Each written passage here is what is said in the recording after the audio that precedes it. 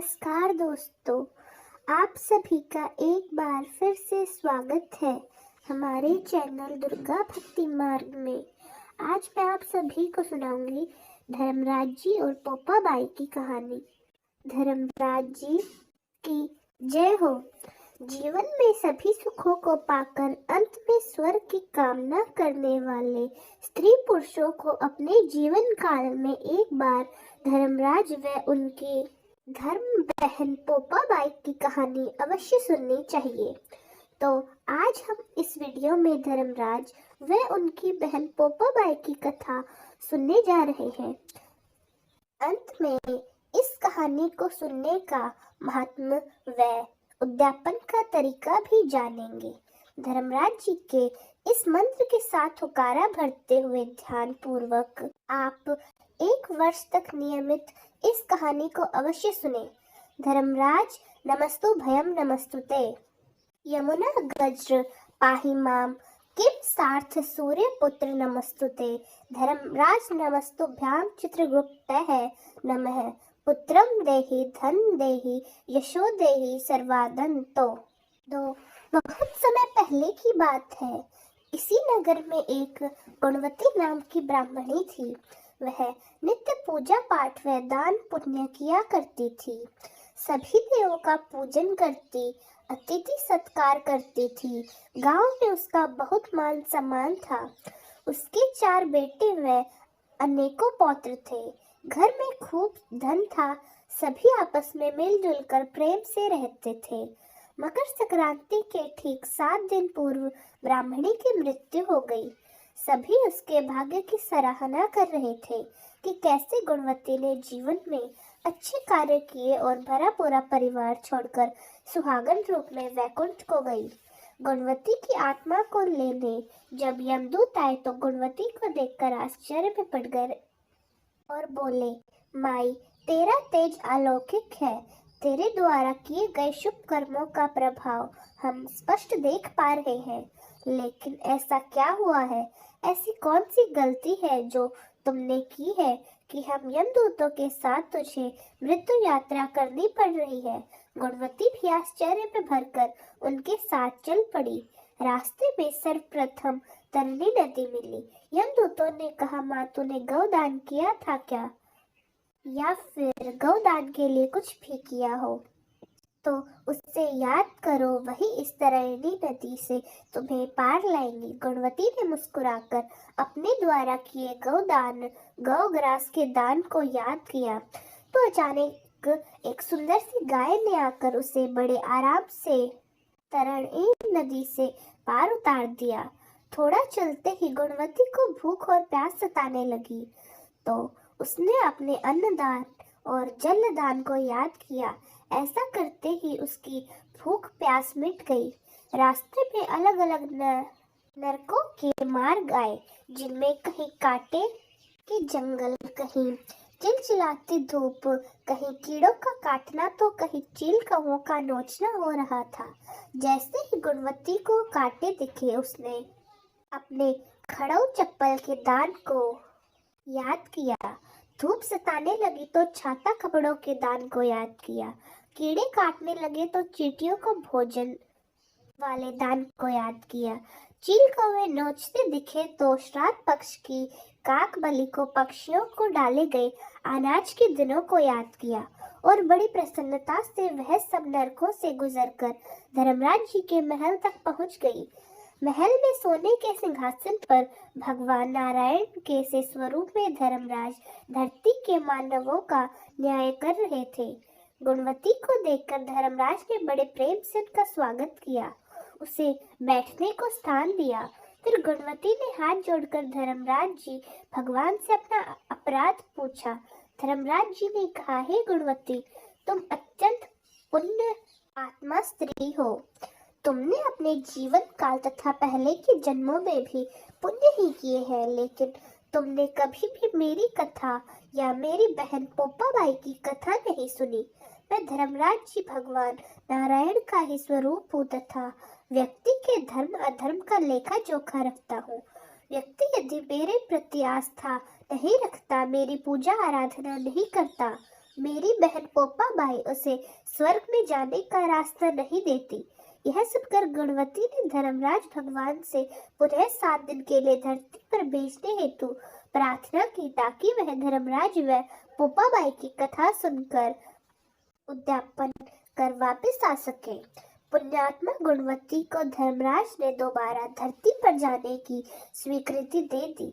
गुणवती के जीवित होने की खुशी में पूरा गांव खुशी से झूम उठा, लेकिन गुणवती ने उन्होंने बताया कि वे क्यों धरती पर वापस आई है, और हाथ में गेहूं के दाने लेकर सबको धर्मराज व पोपाबाई की कथा सुनाने लगी। पहले दिन की कथा के पश्चात उन गेहूं को दानों को लेकर वह सबसे पहले अपनी बड़ी बहू के पास गई। बेटा, यह गेहूं के दान तिजोरी में रख दे। तो बड़ी बहू मां से बोली, अभी मैं काम में लगी हूँ, कहीं भी रख दो। तो गुणवती दूसरी बहू के पास गई। उसने आव देखा ना ताव देखा और गेहूं के कुछ दाने मुंह में डाल लिए कि माँ जी, इन गेहूं को दानों में ऐसी क्या विशेषता है?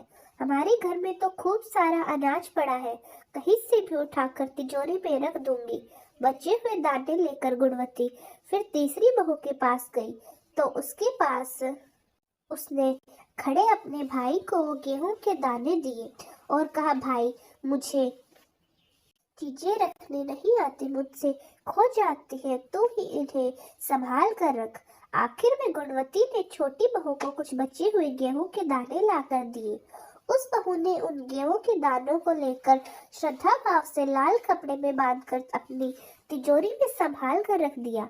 7वें दिन गुणवती जब उद्यापन करने बैठी तो उसने धर्मराज तथा पोपाबाई का उज्जमन उनके द्वारा बताई गई विधि के साथ धूमधाम से किया।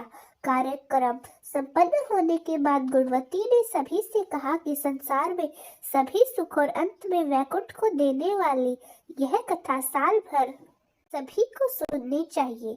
इस कथा को कहने से, उकारा भरने से तथा विधि पूर्वक उद्यापन करने से स्वर्ग की प्राप्ति होती है। इन गेहूं के दानों को साल भर संभालकर पूजा घर अथवा तिजोरी में ऐसे रखें तो धन धान्य से घर भरा रहता है, परिवार पर कोई विपदा या बीमारी या नहीं आती।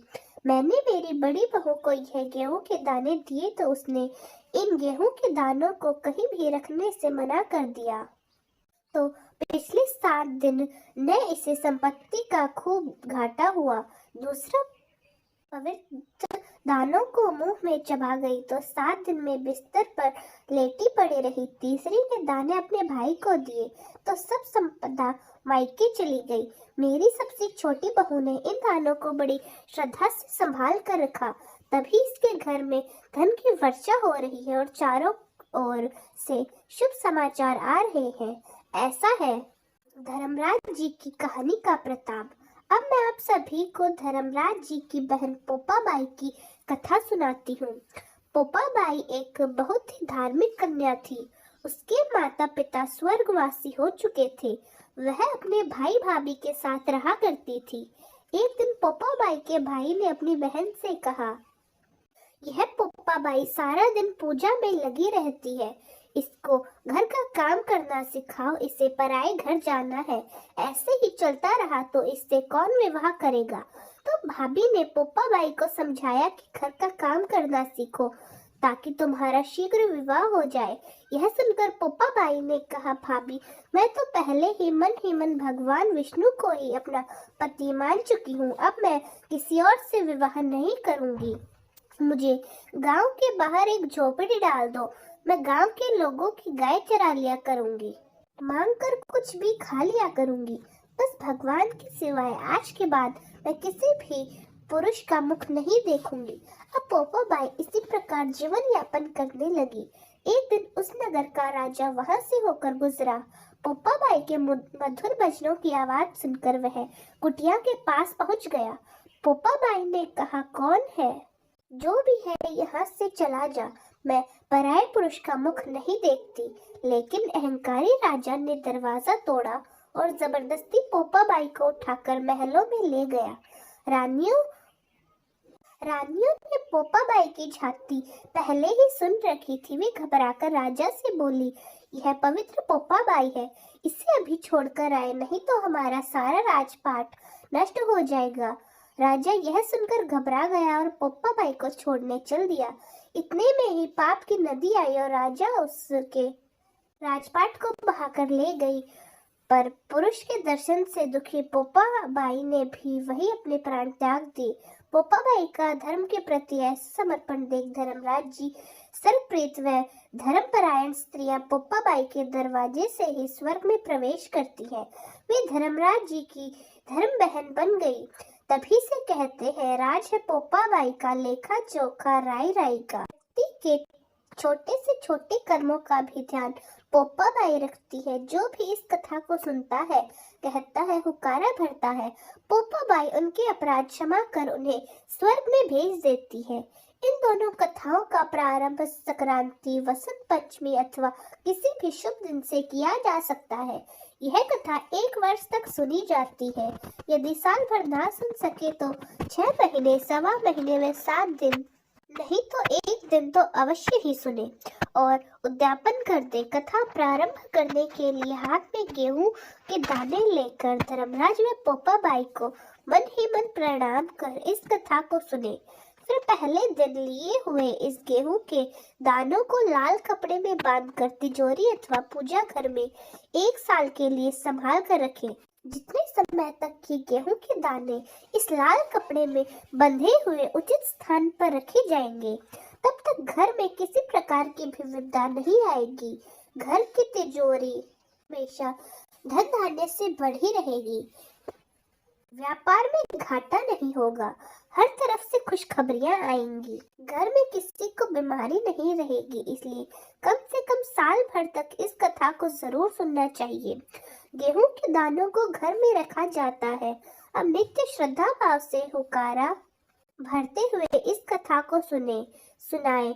उद्यापन में किसी ब्राह्मण को वस्त्र, कंबल, छाता, टॉर्च, चप्पल, लोहे की धर्मराज जी की प्रतिमा, सोने का सूरज, चांदी का चंद्रमा, चांदी की नाव, चांदी की सीढ़ी, तांबे का लोटा भोजन कराकर अथवा भोजन के साथ भेंट दे। यदि यह सामान उपलब्ध न हो सके तो प्रतीक रूप में पैसा भी दिया जा सकता है। ब्राह्मण न मिले तो किसी भी मंदिर में यह सामग्री दी जा सकती है। धर्मराज भगवान के नियमित दान किए जा सकते हैं। पोपाबाई की कथा का प्रारंभ हाथ में राई लेकर किया जाता है। उद्यापन में 4 सूखे नारियल, जिन्हें खोपड़ा या गोला भी कहा जाता है, उनके 2 टुकड़े किए 8 हिस्से बना ले। इन 8 हिस्सों को सुहागन या फिर किसी मंदिर में दे। आप अपनी सामर्थ्य के अनुसार उद्यापन में चीजें कम भी कर सकते हैं, या अगर आपकी सामर्थ्य अच्छी है तो आप बढ़ा भी सकते हैं। कथा का फल आपको पूरा ही प्राप्त होगा। ईश्वर भाव देखता है। यदि अधिक है तो खूब दान करें, नहीं है तो श्रद्धा के साथ कथा सुने। बोलिए धर्मराज जी की जय, पोपाबाई की जय। इस प्रकार कथा को कहकर गुणवती सूर्य उत्तरायण होते हुए वैकुंठ होकर वहां चली गई। तो दोस्तों, प्रेम से बोलिए धर्मराज जी महाराज की जय, पोपाबाई की जय। तो दोस्तों, कैसी लगी आपको हमारी आज की कहानी? कमेंट्स में जरूर बताएं। धन्यवाद।